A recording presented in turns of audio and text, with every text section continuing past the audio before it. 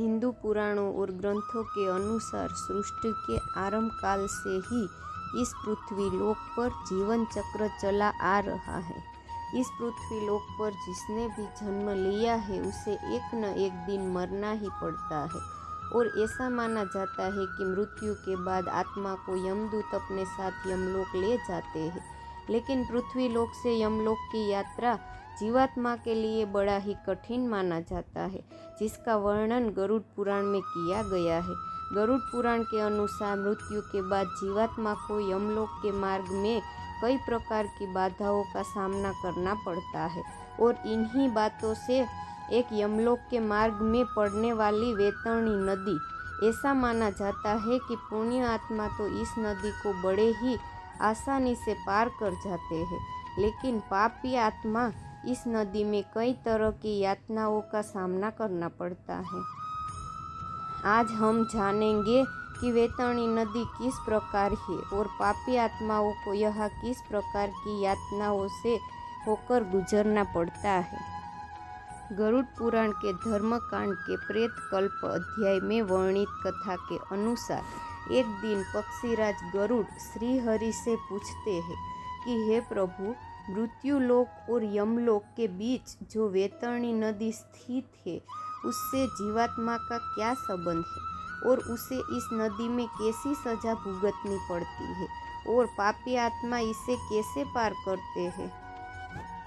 तब भगवान श्री हरि ने कहा कि हे गरुड़, यमलोक के मार्ग में स्थित वैतरणी नदी देखने में बड़ी ही भयानक है और जो भी पापी आत्मा मरने के बाद इस नदी से होकर गुजरती है उसे बड़ा ही भयभीत कराती है।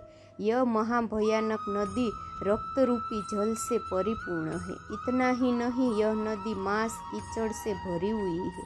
यह नदी पापी जीवात्मा को देखकर कई तरह की भयानक स्वरूप को धारण कर लेती है। पापी आत्मा को नदी में प्रवेश करते ही इस नदी का रक्त रूपी जल पात्र में रखे घी की भांति तुरंत खोलने लगता है। इस नदी का रक्त रूप जल कीटाणु एवं वज्र के समान सूंड वाले जीवों से व्याप्त है। साथ ही इस नदी में घड़ियाल, मगरमच्छ तथा इनके ही जैसे अनेकों हिंसक और मांस भक्षण जलचरों से भरी हुई है और नदी में जैसे ही पापी आत्मा का प्रवेश होता है वे सूर्य के गर्मी के समतुल्य तपने लगती है। उससे उस महाताप में पापी चिल्लाते हुए करुण विलाप करने लगता है। ताप के कारण पापी आत्मा अपने को पुकारने लगता है और जब कोई उसके पास नहीं आता तो वे भयंकर गर्मी में इधर उधर भागने लगता है और जब ताप उससे बर्दाश्त नहीं होता तब वह दुरात्मा उस भयंकर रक्त रूपी जल में डुबकी लगाने लगता है। फिर श्री हरि कहते हैं कि हे गरुड़, कुछ जीवात्मा ऐसी भी होती है जिन्हें मृत्यु के पश्चात इसी वैतरणी नदी में रहना होता है। जैसे कि जो अपने जीवन काल में आचार्य, गुरु, माता पिता एवं अन्य वृद्ध जनों का अपमान करते हैं, उसे इसी महानदी में रहना पड़ता है। इसके अलावा जो जीवात्मा अपने जीवन काल में पवित्रता, सुशीला और धर्मपरायण पत्नी का परित्याग करते हैं उनको भी इस महानदी में वास होता है। साथ ही जो जीवात्मा जीवित रहते हुए अपने स्वामी, मित्र, स्त्री, तपस्वी, बालक एवं वृद्ध का वध करते वे इसी महानदी में गिरते हैं। इसके अलावा आग लगाने वाला, विष देने वाला, मध पीने वाला, यज्ञ का विध्वंस करने वाला, राजपत्नी के साथ गमन करने वाला, चुगलखोरी करने वाला, कथा में विघ्न करने वाला, स्वयं दान की वस्तु का अपहरण करने वाला, खेत की मेड़ और सेतु को तोड़ने वाला, दूसरे की पत्नी को प्रदर्शित करने वाला, कन्या के साथ दुष्कर्म करने वाला, शूद्र तथा मांस भोजी ब्राह्मण, ये सब मरने के बाद वैतरणी नदी में वास करते हैं। इन सब के अलावा अहंकारी, पापी, अपनी झूठी प्रशंसा करने वाला, गर्भपात करने वाला वैतरणी में निवास करता है।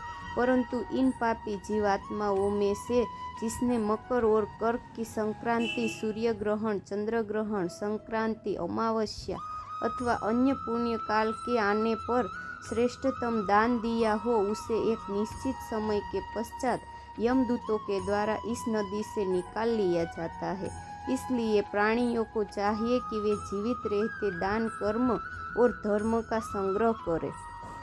इसके अलावा जो जीवात्मा जीवित रहते हुए ब्राह्मणों को गौदान करता है, उसे इस नदी की यातनाओं से मुक्ति मिल जाती है।